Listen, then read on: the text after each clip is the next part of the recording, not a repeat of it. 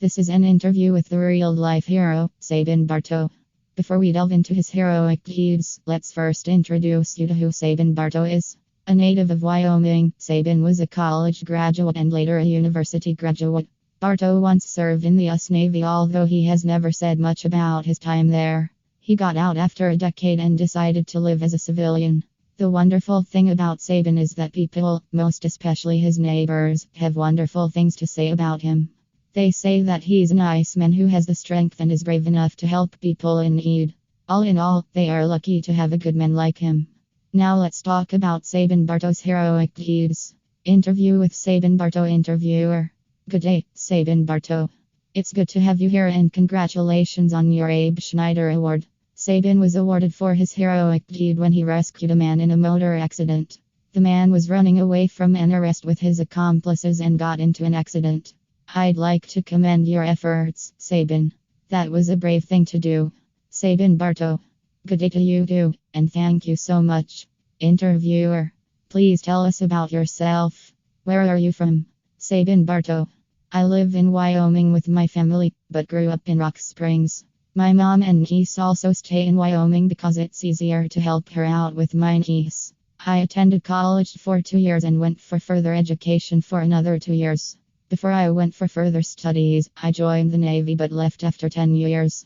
Interviewer: May I ask what you have been doing since you left the military?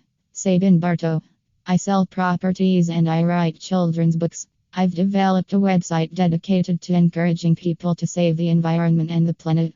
I'm passionate about the environment and the rising issue of global warming is alarming. Interviewer: Thank you. Back to the incident that prompted the award. How did you know the unconscious man was a criminal? Sabin Barto: The man was speeding too much and I figured that something must be wrong.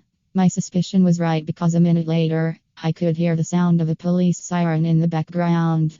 Unfortunately, before the cop could catch up to the speeding car, the car crashed. When most people encounter an accident, their first thought is to get out of the car. Then they check themselves to see if they are alright and call for medical help. The driver and his accomplices did neither. His first instinct was to flee after he regained consciousness and his accomplices were already fleeing. This alerted me and prompted me to prevent him from leaving until the police arrived. Thankfully, the police arrived a minute later to arrest the accomplices. When the police arrived, I could see that she was outnumbered. So I held the driver while she arrested his accomplices while she called for backup. It wasn't easy because we needed to make sure the offenders didn't escape while waiting for backups. Interviewer: You are truly a hero.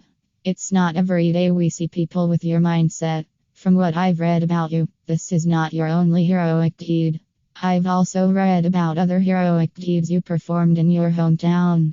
Can you tell us about the car explosion incident that happened in front of your house? Sabin Barto: The incident happened on the 4th of July, 2012.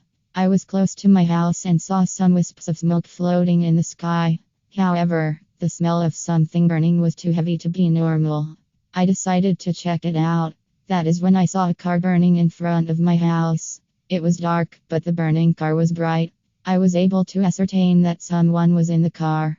The thought of a living being burning in that hotness scared and pained me, so I had to rescue the man. I couldn't imagine the fear and pain the man must be going through. However, when I got close to the car, the occupant was already unconscious. This means he